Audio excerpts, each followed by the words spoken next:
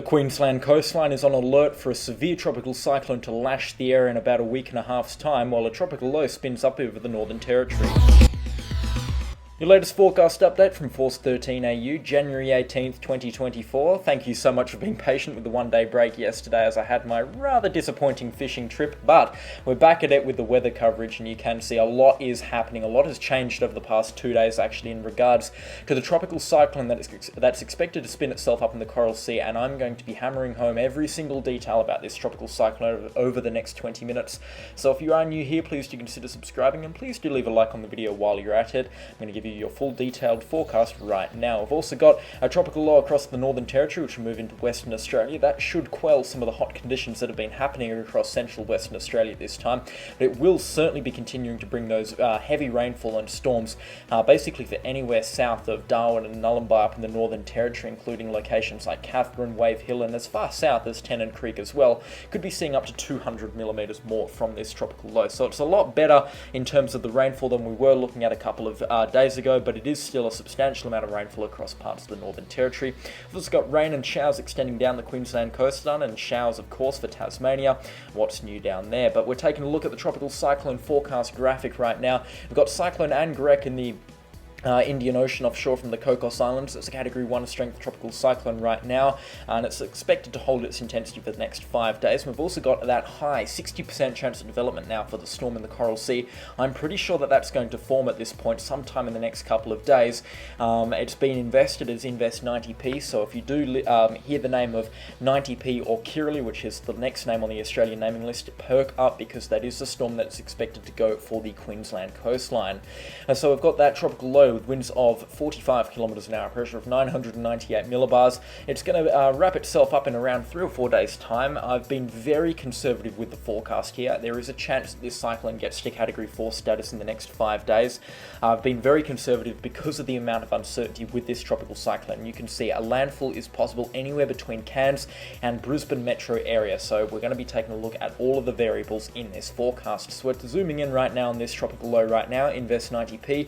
Over the next 10 days, this is what it's expected to do. It's going to strengthen into a cyclone on Sunday or Monday morning, and then it's going to start its phases of rapid intensification, becoming a Category 3 severe tropical cyclone on Tuesday morning, before rapidly intensifying further and becoming a Category 4 strength cyclone on Wednesday, and stalling for a little bit actually Wednesday and into Thursday. In fact, it really does stall Thursday before it moves into the Townsville area late Thursday evening into Friday morning, which is Australia Day, before it moves inland across places like Huandon and towards Mount Isa, before swinging back over the Great Dividing Range and moving towards the Brisbane area where it could impact in around 12 days' time. Now, zooming out for the wider Australian picture, you can see a lot of rainfall continues across northern Australia with that tropical low located there. That's expected to weaken over the coming couple of days and then move into Western Australia, where it still could dump a pretty significant amount of rainfall across locations such as Fitzroy Crossing and into Marble Bar, and that will happen as that cyclone in the Coral Sea spins itself up next Tuesday and Wednesday. It drops an awful lot of rainfall over some parts of the Coral Sea. That might get itself over some of the Coral Sea islands because of its stalling motion, and then it impacts the Townsville coastline, and because of its forward motion it doesn't look like it's going to dump a record amount of rainfall there, but we could still be seeing some locations, especially inland, pick up totals up to 400 millimeters from this cyclone, so we'll be watching out for the forecast very closely. Taking a look at temperature for the next 10 days nationwide, you can see 1 or 2 cool spots in the nation south around Melbourne and New South Wales, and also into Tasmania as well, before it really heats up across parts of Western Australia next weekend and into early next week, especially Monday and Tuesday. Actually 46 degrees, which isn't completely unusual for some locations across the goldfields, but it is still blisteringly hot for some places, especially closer to the coastline. You can see that heat really does also extend into South Australia, New South Wales and parts of Victoria as well. Mildura could tickle 45 degrees Celsius next Thursday and Friday as these cyclones impact the north of the nation. Then it really does cool down across Western Australia towards the end of next week. Now we're taking a look at the satellite imagery real briefly across the northern parts of Australia. You can see that tropical low over the Northern Territory really defined and spinning itself up nicely right now, but it's all eyes on that Coral Sea system. It's already becoming an organised tropical low at this time, and it's really starting to wrap itself up, and I'm going to tell you all of the forecast details across this cyclone for the next 15 minutes, so stick around. Alright, so still on the satellite imagery, you can see we're taking a look at the current picture across the nation right now. This tropical low across the Northern Territory, situated just northwest of Tennant Creek right now, and still dropping a tremendous amount of rainfall over about half of the Northern Territory actually. But as I have said, it is all eyes on the Coral Sea right now. We'll get back to the Northern Territory system later on in the video, but I'm going to give the detailed forecast for this storm and for the Queensland coastline right now, because this is a nasty looking tropical cyclone. You can already see winds around the center of the system, or around the northern side of it, approaching 30 knots right now. They're really getting quite gusty for parts of southern Papua New Guinea and then into the Solomon Islands, and that defined tropical low already starting to form as well. We're looking out for these sort of southeasterly winds across parts of the Coral Sea Islands. What's that, around Lihu Reef and then across to Willis Island. We're seeing those southeasterly winds, which means that there is a low pressure system here really starting to develop quite nicely, with a lot of thunderstorms towards the northern side of it. Now, this system doesn't really wrap itself up into a tropical cyclone until about Saturday or Sunday night, but you can see it becomes a more defined and more organized tropical low as it bounces around in the Coral Sea, keeping track of time in the bottom part of your screen, mind you, next Saturday morning into Saturday afternoon, and it gets its first gale force winds about Saturday evening, 10 p.m. local time, with winds 34 knots coming out of the northwest on the northeastern quadrant of the cyclone. And you see as we get into Sundays, when this cyclone is expected to become this fully fledged tropical cyclone, picking up the next name on the Australian naming list of Kirrily. Now, this is the AccessG3 model forecast. This is actually one of the weaker of the model runs that we've been seeing. Some of the model ensembles have been daring to predict an intensity as low as 910 millibars, which would be a historically strong tropical cyclone for the Queensland coastline. You could be comparing that to the likes of Cyclone Monica or Cyclone Yasi of 2011. So very powerful tropical cyclones that this storm could be analog to. However, the AccessG3 model is a model that I've been using throughout this forecast, but we will be taking a look at the GFS model and the ECMWF forecast model as well. So you can see Monday and into Tuesday, this tropical cyclone becomes this Category 3 strength severe tropical cyclone with winds approaching 65 knots out of the southwest on the southern side of the system. And you can see it really is starting to wrap itself up into Tuesday and Wednesday as it moves into this stalling motion here on the outer reefs of the Great Barrier Reef. What's that? Just towards the northeast of Marion Reef here.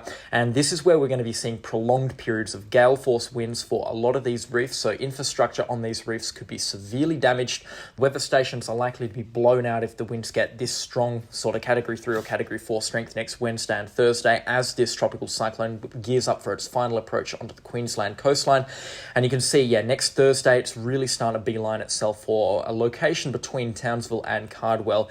Now, the AccessG3 model has been calling for a substantially stronger tropical cyclone in previous forecast runs. It's now saying that it's going to be substantially weaker.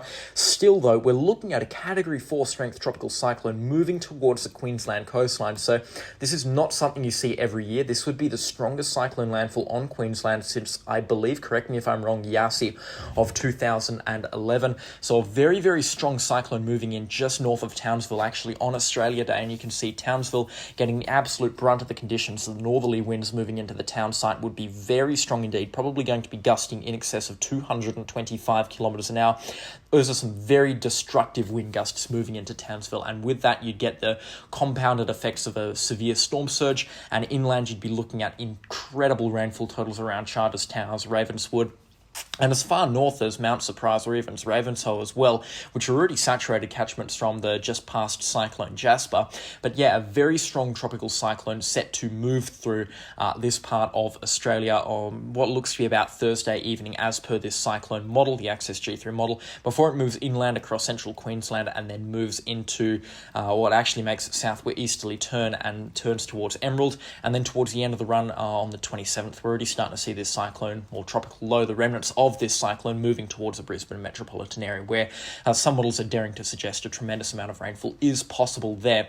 So this is a very concerning forecast. A lot of rainfall could be expected to materialise out of this system. As you see this cyclone approaching the Queensland coastline, you're seeing some very, very severe rainfall totals on the southern side of the system, approaching 50 millimetres an hour. As this cyclone gears up for its final approach, thank goodness it will be moving through at some speeds. We're not expecting tremendous accumulations like we saw with Jasper, Jasper, but these 3-hourly totals could be approaching 200 millimeters of rainfall. So ridiculous rainfall totals on a very short period of time are expected to cause some flash flooding, and compounding that with damaging to locally destructive winds, you'll be seeing some widespread damages from this cyclone if it is to move through the Queensland coastline at or higher than this intensity, which is totally plausible considering some forecast models daring to suggest a Category 4 or Category 5 strength tropical cyclone to make an impact. So right now we should be staying calm and looking at this forecast and staying up to date with the forecast runners with the Bureau of Meteorology and with this channel as well, because I will be bringing you the latest. But we don't need to be panicking about this tropical cyclone yet, because there are a lot of variables in this forecast, and as I'm just about to show you, the forecasts do change from time to time and from forecast model to forecast model. So we're going to switch it over to the ECMWF forecast model, which is another reliable forecast model, the European-centered model. You can see it still calls this rapid intensification next Wednesday and Thursday across the Coral Sea, becoming a very strong tropical cyclone next Wednesday of Category 3, maybe even Category 4 proportions on Australia Day, actually. But it moves a lot further south than the initial forecast in the XSG3 model has it. In fact, it calls for a landfall just towards the north of Rockhampton. Oh, it actually doesn't call for a landfall anymore, I believe. So I'm going to correct that and say that this cyclone is going to come very close to the Queensland coastline before it starts to move towards the southeast, and it gives Queensland a very good scare. So this is an example of how the forecast can and will vary between different forecasting agencies, and it's just a matter of time until we get a more accurate forecast from this tropical low or tropical cyclone, which will probably happen in a couple of days' time. By around next Monday and Tuesday, we'll know exactly what's going to happen and what the deal is with this tropical cyclone, but right now I really can't be saying too much in terms of certainties regarding where this storm is going to be making landfall or what impacts are expected along what areas. But what I can say for certain is if you live between Brisbane and up towards Cairns, watch this storm very closely, because there is a good chance that it impacts anywhere between this part of the Queensland coastline at some point, and it's more likely than not going to be a very powerful tropical cyclone at some point along its lifespan. Now we're switching over to the GFS forecast model right now. As it moves into the Coral Sea next Sunday and Monday, it becomes a very powerful tropical cyclone. We're keeping an eye on the pressure here because the GFS is unreliable when it comes to wind speeds, but I mean, I'm looking at a Category 3 strength tropical cyclone here with pressure in the high 950s, in fact the low 950s as we get into next Tuesday as it approaches the Queensland coastline. Now the GFS model is calling for a direct landfall, a peak pressure of around the high 940s, which is a Category 4 strength tropical cyclone, and making that landfall just to outside of Bundaberg, in fact on Agnes Water, south of Gladstone, as a Category 4 strength tropical cyclone. So a very powerful tropical cyclone. In fact, this will be a historically strong tropical cyclone for this far south in the Queensland coastline. So yeah, a very concerning picture that the GFS forecast model is painting for this system as it moves through and towards the Queensland coastline. And then it calls for a very similar situation to Cyclone Debbie, where it hugs the coastline and moves towards Brisbane and the Gold Coast and drops what looks to be a pretty substantial amount of rainfall actually across the Brisbane metropolitan area, where you could be seeing some places pick up to 600 millimeters of rain. Now the GFS forecast is the one that I am more inclined to use at this point, so I'll be taking that through again in terms of rainfall, but watch this very closely because this is probably the most likely scenario to happen at this time. I'm not going to say that this forecast is expected to happen, because it can and it will change, and it will change drastically over the next couple of days as this system develops, but this is the most likely situation to happen that we have right now than what our computer models have generated for us. So you can see making landfall just outside of Gladstone, dumping a lot of rainfall in central to southeastern Queensland as it moves through. You can see next Friday and Saturday you're seeing a lot of rainfall move through on the scenic rim and towards the Gold Coast, but you could be seeing places pick up to 50 millimeters an hour for days straight. So you could be seeing rainfall accumulation approach 500 millimeters for quite a lot of locations, which will push rivers beyond their moderate to major flood levels here and could cause some devastating flash flooding in and outside of the Brisbane metro area. So again, if this forecast does stick around for a little bit longer, or if it does materialize like this, then watch out for a flooding emergency across southeastern Queensland and that cyclone emergency around Bundaberg and Gladstone, because this will be a very strong tropical cyclone as it makes landfall. Now, I'm just going to recap this and switch over to the satellite imagery actually. Now, the Access model is calling for a landfall on Townsville around here where the cursor is right now. Now, this is a possible scenario. It's one of the further north scenarios that we're seeing, and I'm going to give this a good chance of happening. The ECMWF is calling for the cyclone to swing around and stall throughout the Coral Sea and then swing out towards what looks to be New Caledonia or New Zealand around the next 10 days or so. Now, that's not as likely considering there's very little support for that scenario happening. What's most likely to happen is the cyclone forms and then basically takes a straight line track towards Queensland. It will be slow moving at first initially, but it looks like it's going to pick up some pace as it gets towards the Queensland coastline, and it will be weakening as it makes landfall, which is some good news. But we could still be seeing a Category 3 or Category 4 strength tropical cyclone making landfall at some point on the Queensland coastline in the next 10 days or so. So it's still a very worrying picture indeed. But as I said a couple of minutes ago, there's no point in panicking or stressing over the situation right now, because a lot will change in this forecast over the coming couple of days as this system develops. And if it swings itself out and develops directly south of the Solomon Islands around here where the cursor is right now, then the cyclone is more likely to move further south on the Queensland coastline. But if it develops south of Papua New Guinea, then it's more likely to impact areas around Cairns or Townsville. So watch the satellite, watch the forecast, and watch the Bureau of Meteorology's page very closely, because they're going to be explaining all of it and their frequent weather updates and their frequent tropical updates. And I'm going to be bringing out updates daily on this channel. So again, make sure you are subscribed to this weather channel.